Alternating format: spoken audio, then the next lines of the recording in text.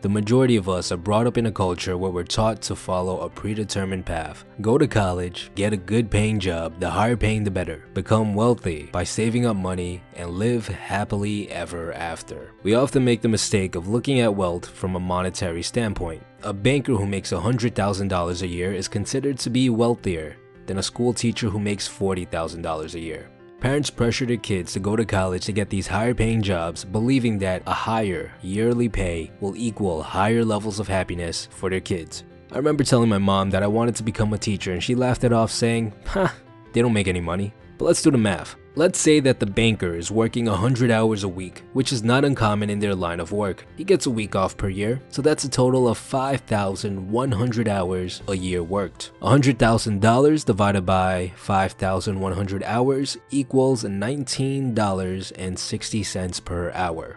A teacher works 40 hours a week but has about a third of the year off due to all the holidays, vacations, and whatnot. 2/3 of a year is equal to about 35 weeks. 35 a week, 40 hours per week, is a total of 1,400 hours a year. $40,000 divided by 1,400 hours equals about $28.57 per hour. So if we look at things from this perspective, we can argue that a teacher is wealthier than a banker, because not only does she have almost 4 times the amount of free time the banker has per year, but she also makes significantly more when she does work. So I guess we should all become teachers, right? Because they have all this time off. But what if I told you that there's a way that you can work even less hours? Significantly less hours. In the book, The 4-Hour Workweek by Tim Ferris, he speaks about people who manage to do just this. He calls them the new rich. The new rich work so little that they can work whenever and wherever they want in the world. Although they may not make more money than a typical salary, they certainly work the least hours by far. Oftentimes, even less than 10 hours a week. But how is this possible?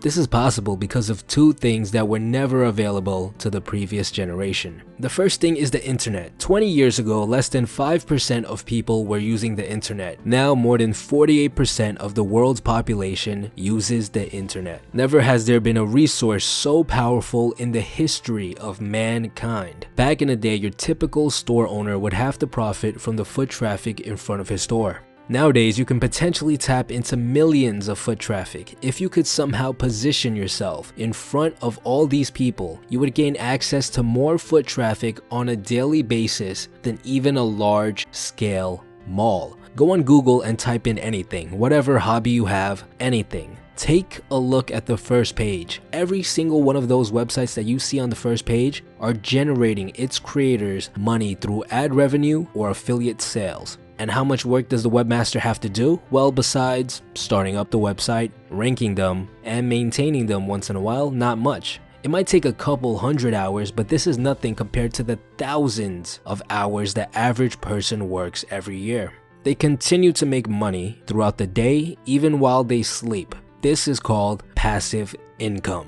The second thing people now have access to is outsourcing. If you're watching this video right now, chances are you're lucky enough to live in a first world country. Your currency is considered to be rather strong compared to those of third world countries. People in these third world countries are willing to work for you for a fraction of what it would cost to pay someone in your own country. For example, I run a Kindle direct publishing business, and this requires me to gather reviews for my books. On average, it takes about 30 minutes to gather 1 review manually. And on average, I look for around 30 reviews per book, which is usually enough to generate me about $100 a month. So that's 15 hours of work to gather enough reviews for 1 book. New York City just signed a contract that will eventually increase the minimum wage to $15 an hour. So in total, it would cost me $125 to hire someone to do all this work for me in New York City. Instead, I've chosen to outsource all of this work. I outsource my work to the Philippines and India, where I charge them about $1 an hour, and they are extremely happy with the amount of money that they're getting paid.